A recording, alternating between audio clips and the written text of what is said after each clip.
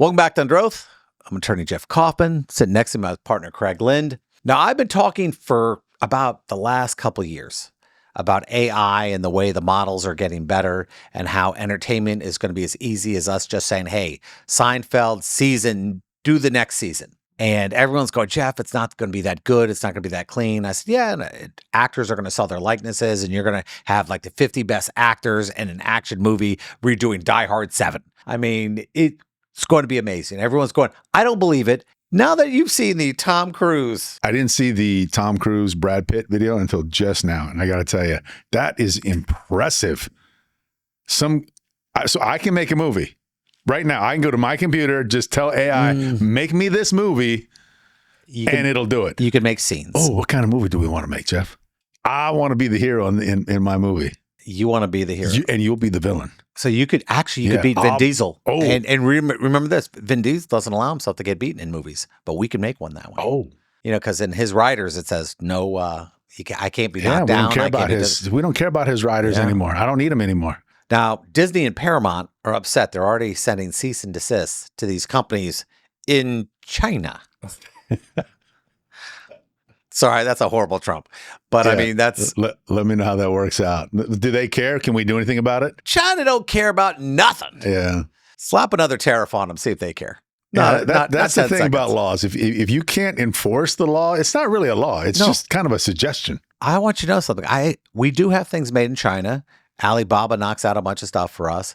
And people are upset at us every once in a while. They go, why did you order American? I'm going to tell you why I didn't order some of our items from America is because what I contact an American company, I ask them how long. They go 6 weeks. I said, why is that? Well, that's how long it takes to manufacture. I said, all right, where are you manufacturing it? Oh, then it gets quiet. They're just brokering it. So we call the American company and they just farm it out to a Chinese company. Yeah. Any promotional stuff like little keychains and stuff like that, that's just made and knocked off in China. Like metal keychains. We don't do metal keychains here. Nobody's knocking out a metal keychain with a logo and everything else, you know, in Cleveland or something. It's all coming from China. We used to do all that stuff here. It's expensive. Yeah. Yeah. Why is it not expensive in China? Oh, because they have slave labor? Because they paid let's call it their labor costs are significantly less. You know, but that happens. But I mean, you're not going to shut this down. You're not going to shut it down because these models, the AI models are getting better every month.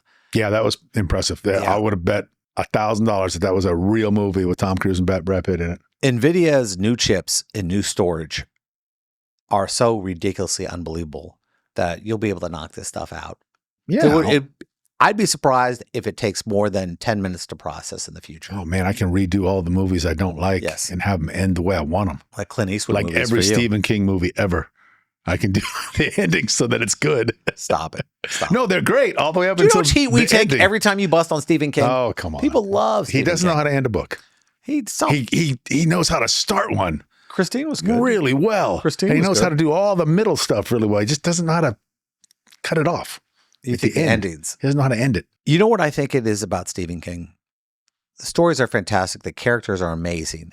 I think they just go on too long sometimes. He just wanders in the wood. Like some of his books are like 1,200, 1,500 pages. And you can't put that in a 2-hour movie. So they have to pick and choose how long they want to get there. That's the knock on him. His movies and his books, they all end terrible. No, the books all move well. The problem is you can't fit a Stephen King book into a 2-hour movie. That's why they need to do it Netflix style and just have a movie, but it's 6 hours. They've streamed some of the stuff. Like they had the Stand. 6 1-hour episodes. They had the Stand, which was but it's hard to get that anyway because it's so big. But not anymore. It's not hard anymore. We just saw it. So we think, hey, do me a favor, take the Stand, make it a movie, use the top 10 celebrities that I posted, put them in surprise roles at different ages. Because you could have Tom Hanks at 12. Oh, I could put J.J. Walker from Dynamite. From Good Times. Yeah. He could be my main character. Yeah. And here's the thing about the union. A lot of people didn't realize about the rights and everything else like that. In the new union rules, it says that actors have rights to their likeness. It doesn't say they can't sell it. Like, you know how a musician has sold their catalog, like for $500 million. Let's say Bill Murray's family when he dies. And Bill Murray, I think, has a writer in there that you can't sell his rights, but his family go, we need the money real bad. And some judge will go, oh, I see it, and we'll sell the rights for $400 million. Uh-huh. And suddenly, Bill Murray is available to be used. And they'll, just like Beatles albums. Did you see the commercial on the Super Bowl? The AI generated commercial? Which one? I think it was Subway. It was kind of a knock on Good Will Hunting, and Rachel from what's that? What was that show in the '90s called? Friends. Yeah. Rachel puts that guy, the quarterback, Tom Brady. Hey, how do you like those balls? No, she goes, how do you like those nuts? That's what she said. How do you like these nuts instead of these apples? Yeah. Oh, it was great. How do you like these apples? It was great. Except they look weird. They're not. You could tell. They look apple-y, like wax on a fruit. When they young these people down, they shine too much. Next year, you won't be able to see that. I've always said that AI has a problem with flaws. That's why all the different kind of stuff they use when they animate things, they look too clean. Like Tom Hanks did that thing called the Polar Express, I think it was, and the characters looked really weird because it was too clean. And it was like these wax fruit characters walking around. Yeah, and I think they were kind of showing off the technology, and it was like too good, distractingly scary. Too good. Scary good. Like it's hard for me to pay attention to the movie because I keep noticing that everything's too perfect. But I really look forward to it. I look forward to 5 years from now. I realize when I rewatch a series, like I'm watching Joss Whedon's Firefly right now again, and it was so good. And as you get older, you kind of forget what you saw 20 years ago. You go, this is a good show. Yeah. This is a good show. Now they're going to go, just redo it. Just redo Firefly. And you'll have brand new episodes all the time. And you're going, oh my God, this is so great. The entertainment is going to just be so fascinating. Now, the legalities, a little different. But it would be cool being able to go to a cinema and going, hey, we're playing my version of this movie.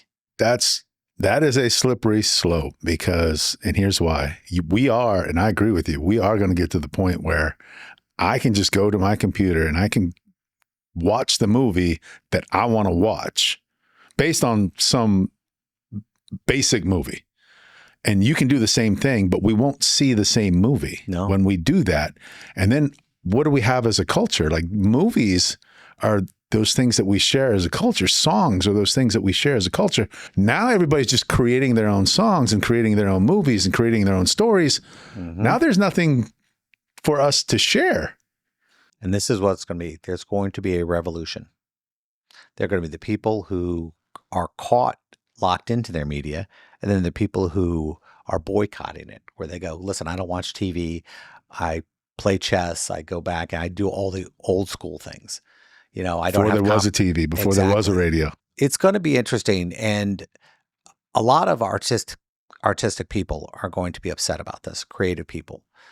But it's just an evolution. Well, remember the silent movies had actors that had terrible voices. Well, and they couldn't translate over. And I think it's just going to change. It removes a huge talent bar to entering these fields. Like now people who can't draw at all can make comic books. They don't need to know how to draw. You shut your mouth. Oh, did I touch on a sensitive subject? Yeah. Jeff, I can make a comic book now. I don't like it. I would have never been able to make a comic book before. I don't like it. I can just tell AI to describe the scene, and then I can say, all right, now put these chat bubbles in, have this character say that, have this character say this, and now all of a sudden, I, with no artistic ability whatsoever, have a great comic book. People have it, but you know something? There are already big issues dealing with that. For example, Comic-Con has outlawed all AI art. They're not allowing any AI art into the convention. How do you know it's AI? That's a good question. But some people, like, what they do as their art is they take pictures and they edit them in such a way. So like if I take a famous photo of like a Mona Lisa, and I make it black and white, and then I put some different colors in it, I am an artist, right? Am I not? I'm changing the image. You're altering it. And I'm presenting it to people like, look, this is my version of Mona Lisa. Is that AI? I mean, it is kind of. It's not the Mona Lisa, but here's what I think. It's a problem. It's a problem. And I think and it's weird that Comic-Con would say no to the huge development of art. There's a huge backlash right now. people are hating it. And what I hate is the idea of this, and I'm selfish. I'm doing it from my point of view. As a comic book writer, I know when I write a scene and I do this, I take these ideas and I take them into places that, naturally I use my experience and my thing. But these models have been trained using every writer. Every book that's ever been written is sitting in there, and they're going right in the style of Mark Twain, Stephen King, and Wes Craven.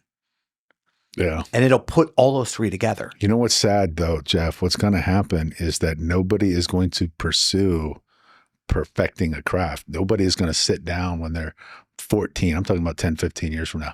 No one who's 14 in that future world is going to sit down and go, I need to learn how to draw. I need to learn how to play the guitar. I need to learn how to do this thing so that I can get better at it, so that I can have people see my art. There's not going to be any audience for that anymore. It's painful. I was just talking Anyone with a computer can compose a Mozart quality symphony. I was just talking to a producer friend of mine named AO, and he's done a lot of Grammy Award-winning stuff. We talked about the technology and how there are 15 people on every album and everything else like that, and how basically AI is creating music from scratch. And the AI stuff Did you is hear pretty my good. AI music creation? Yes, I heard It was pretty good, right? Yeah. You have the ability to write a prompt. Yes. I thought it was pretty good. No, but is it weird that I take pride in that I came up with the prompt that produced I think that? you're amused by it. I think you're ridiculously amused by it. I don't think you're proud of it. I think you're amused by it. You're going, ooh, I was able to cheat the system so badly. Yeah, and look what I've got. Yeah, and I can actually, it's technically my song. I've used AI, for example, when I was designing the back of a shirt for one of our bowling shirts. And our producer, Dave, is a ridiculously talented guy. And he's good with graphics and everything else. And he has pride in creating things. Well, using about, I think it was like maybe a 2-sentence prompt, the image that came out was rock star good. And I go, well, here, work with this. That's the exact point I was making. Yeah. But now the Daves in the world are not going to hone their craft. No. We are all going to forget how to do everything. Oh, we're doomed. We'll know how to edit. We are doomed. We have to know the edit. We have to know. No one's going to know how to draw. size. No one's going to know how to paint. Nobody's going to know how to shoot from a particular angle anymore. It's just going to. No, I think you got to learn some of the basics. Like how to edit. That's always a thing because AI is a convincing liar. That's what it is. All you got to learn is to tell the computer what you want. That's the extent of your knowledge now. You have to have an eye for it.